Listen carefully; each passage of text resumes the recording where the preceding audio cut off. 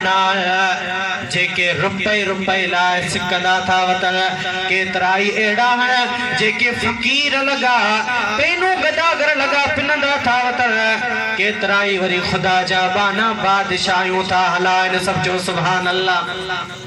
हजरत यूसुफ अलैहिस्सलाम अल्लाह तबारक व तआला जो नबिया अल्लाह तबारक व तआला हुस्न अता फरमायो आ अल्लाह तबारक व तआला जमाल अता फरमायो आ।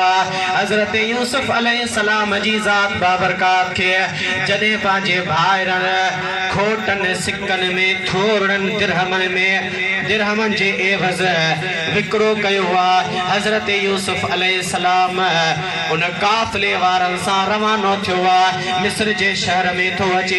मिस्र जे शहर जो जेको बादशाह हुआ उन जी घरवारी जो नालो ज़ुलेखा आ उहा खरीद थी करे खरीद करण खां पोइ उते थो रहे वक्त थो गुज़ारे उन खां बाद में वरी 7 साल जेल में थो वञे ऐं गुनाह भी कोन कयो है उन जे बावजूद 7 साल जेल में तो वक्त गुज़ारे उन खां बाद में हजरत यूसुफ अलैहिस्सलाम जी ज़ात बाबरकात जडे उतारे हाथों थिए अल्लाह तबारक व तआला उन सोने यूसुफ के बादशाही अता फरमाई। हजरत यूसुफ अलैहिस्सलाम बादशाही ते चढ़ियो आ।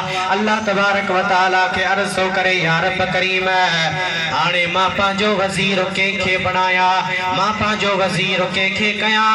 अल्लाह ताला फरमायो सुबह जो पांजे हवेली जे बाहरी दरवाजे वट वञ उते वञी बीह ऐं उते जेको पहिरियां शख्स अचे उन पहिरे शख्स के तू पांजो वज़ीर बना।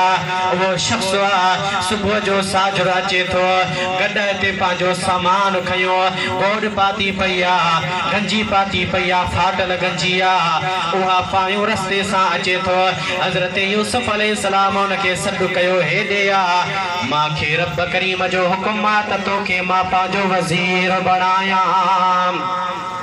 हजरत यूसुफ अलैहिस्सलाम उन गरीब के पांजो वज़ीर बनायो आ। जरे वो गरीब पांजे घर वयो ऐं पांजे घर गड्ढे के बधी ऐं उता आयो आ ऐं अची करे ऐं वज़ीर बणजी वियो आ। सब जो सुभान अल्लाह। अल्लाह तबारक व तआला जी मर्जी आ एकड़ो गरीब आ उन के रब करीम हजरत यूसुफ अलैहिस्सलाम जो जेकॾहिं वज़ीर बणाए तो त रब करीम कादिर आ। अल्लाह तबारक व तआला इन शे ते कादिर आ। शायर फरमाए तो वो शाह को गदा कर दे गदा को बादशाह कर दे। सब जो सुभान अल्लाह।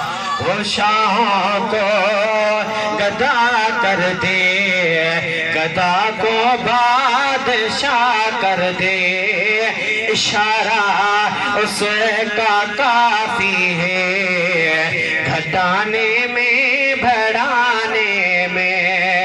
अल्लाह तबारक व तआला जी मर्जी आ जेके जेड़ो रुतबो अता फरमाए जेके जेड़ो मकाम अता फरमाए जेके जेड़ो मर्तबो अता फरमाए।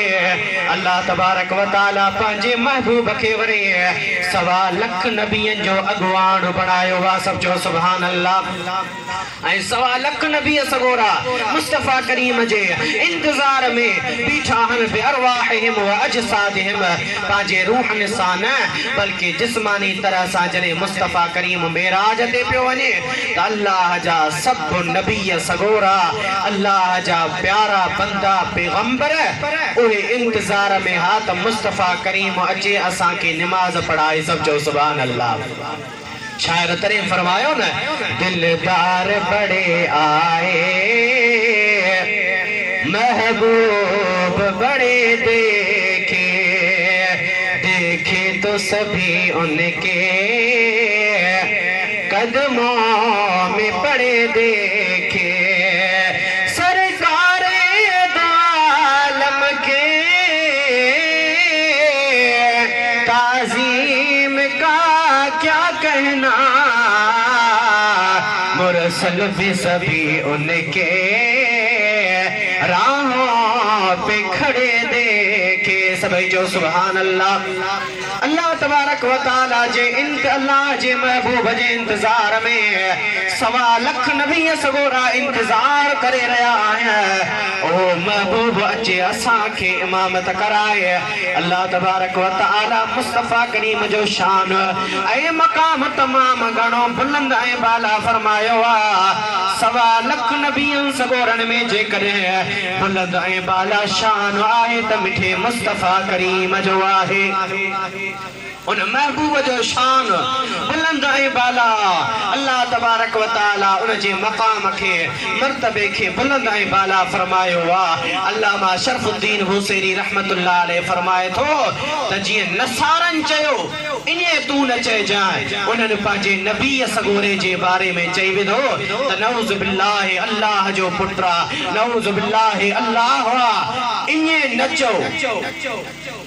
बाकी जेको वणे मुस्तफा करीम जे शान में चो त अल्लाह जो हबीब वा तब गाल ठहे थी, अल्लाह जो नबी वा तब गाल ठहे थी, अल्लाह जो प्यारो वा तब गाल ठहे थी।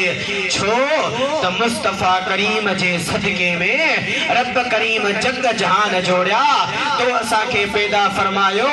जेकॾहिं मुस्तफा न हुजे हा तो असा के रब करीम पैदा कोन करे हा। इन मुस्तफा जे सदके में रब करीम जग जहान के पैदा फरमाए तो असा के पैदा फरमाए तो असा जे मथा एहसान फरमाया।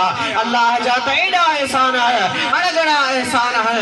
अल्लाह तबारक व तआला फरमाइंदो आ व यतउतु नेमतुल्लाहि ला तुहसूहा। अल्लाह तबारक व तआला फरमाए तो जेकॾहिं मां रब जे नेमतुन के गणण चाहींदो त गणे कोन सघंदो। एडा मां रब करीम जा जे मथा एहसान है, गणी दो त गणे कोन सघंदो। अख मिली, हथ मिलिया, पेर मिलिया, सब खुदा जी नेमत आ। पर वॾे में वॾी नेमत मिली आ उहो महबूब जेको 1.25 लाख नबियन सगोरन जो बि इमाम आ, जेको नबियन सगोरन जो बि सरदारा सरताजा अगवान वा। अल्लाह तबारक व तआला जी जात बाबरकात उन मुस्तफा करीम जे शान के बुलंद ऐं बाला करे छडियो आ। हे जेको महीनो आ इहो महीनो जमादुल उखरा जमादुल सानी जे में सोने सिद्दीक अकबर जे विसाल वारी घड़ी आ। 22 जमादुल सानी सोनो सिद्दीक अकबर जेको रसूलुल्लाह जो सच्चो ऐं पक्को गुलाम हुआ जिनजे लाइ महबूब फरमायो त अफदलुल बशर बादल अंबिया। नबियन का बाद में इंसानन में सब का वधीक फजीलत वारी जात आ त हजरत अबू बकर सिद्दीक जी जात आ। अल्लाह उन जे मर्तबे ऐं मान मकाम के बुलंद कयो आ। मुस्तफा करीम जो सहाबिया जरे मुस्तफा करीम सल्लल्लाहु अलैहि वसल्लम जी जात बाबरकात मक्के का हिजरत पिया कर हजरत अली मुर्तजा के फरमाया ए अली एक अमानत उठे काफरन जो ए काफरन के दे रात जो मुझे बिस्तरे ते तू आराम कर तोखे काफर कुछ भी कोन कंदा। महबूब करीम पांजे हुजरे मुबारक का उन जाय का उठी करे सिद्धो सोने अबू बकर सिद्दीक जे दर ते आयो आ। ॾाढा चो सुभान अल्लाह। सुनो सिद्दीक अकबर जरे मुस्तफा करीम हुन वट आयो ऐं तैयारी क्यों ऐं गारे सौर जे तरफ जरे अचन पिया। हजरत अबू बकर सिद्दीक यारे गारा वफादारा जान सारा मुस्तफा करीम जो ओ सहाबिया जे लाइ मुस्तफा करीम फरमायो मुखे बेजे माल एतरो नफो नाहे ॾिनो जेतरो सोने सिद्दीक अकबर जे माल मुखे नफो ॾिनो आ। अदाबा जो घर छॾे हिजर वक्त पंहिंजा बच्चा छॾे हिजरत वक्त पंहिंजो हर शइ छॾे करे ऐं मुस्तफा करीम जे गुलामी में लगी पियो। रब करीम बेड़ा ही पार करे छॾियस ऐं मक्के जो शहर उहद जबल ओहद जबल ते जरे मुस्तफा करीम जी जात बाबरकात सोनो सिद्दीक अकबर हजरत उमर साई हजरत उस्मान गनी चढ़ा तो हजरत अबू बकर सिद्दीक भी गड्डा बया सहाबी भी गड्डा है आने जबल ओच तो लरजण लगो लुटण लगो मुस्तफा करीम फरमायो से जबल लुटण बंद कर तोखे खबर कोने का त तुझे मथो एक नबी वो सिद्दीक वा शहीद हजरत उमर हजरत उस्मान तुझे मथा बीठा समझो सुभान अल्लाह महबूबा छा फरमायो सिद्दीक वा हजरत अबू बकर सिद्दीक जो वडो शान है मकाम वा शायर फरमाए तो वाह मुझे सिद्दीक जो शान आला शान वा खोले दिसो कुरान के फाइक जे फरमान के वाह मुझे सिद्दीक जो शान आला शान मुस्तफा करीम सल्लल्लाहु अलैहि वसल्लम जी जात बाबरकात जो साहबी जरे गारे सोर जे तरफ मुस्तफा करीम सा गड्यो थो अचे त उहा गार महबूब करीम के अर्ज के त ए अल्लाह जा हबीब इते भी हो तमा गार जे अंदर जा चकया तका विथी त कोने का को सोराक त कोने को हजरत अबू बकर सिद्दीक डिठो त विछो भी है सोराख भी है पांजी चादर मुबारक के फाड़े टुकड़ा टुकड़ा करे ऐ उन गार जा सब सोराख बंद कया थई समझो सुभान अल्लाह छा फरमायो शायर अबू बकर बे होए नाग बे हो एक माशूक जा आशिक भई पोया चो सुभान अल्लाह नज़दीक कयो पेरो परे घटनी हजी बाजी ना गन कई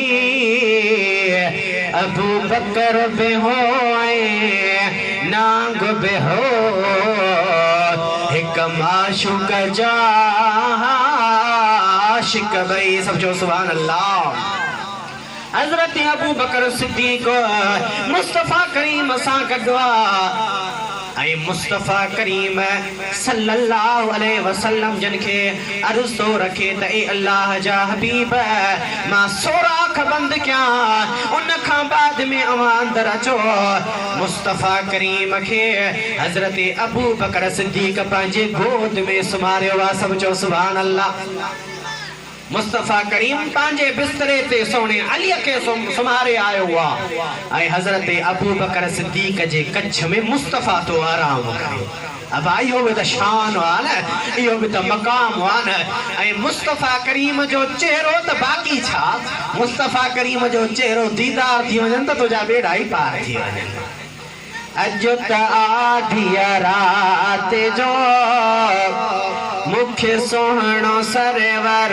याद प्यो नेण नेणन जी फिटी मुखे हो तो हर हर याद प्यो वरी बे शायर छा चयो इस सूरत नो में जाना खा के जान जहाना खा सुभान अल्लाह इस सूरत नो में जाना खा के जान जहाना खा सच आखा ते रब दे शाना खा जिस शान तो शाना सब बढ़िया मुस्तफा करीम के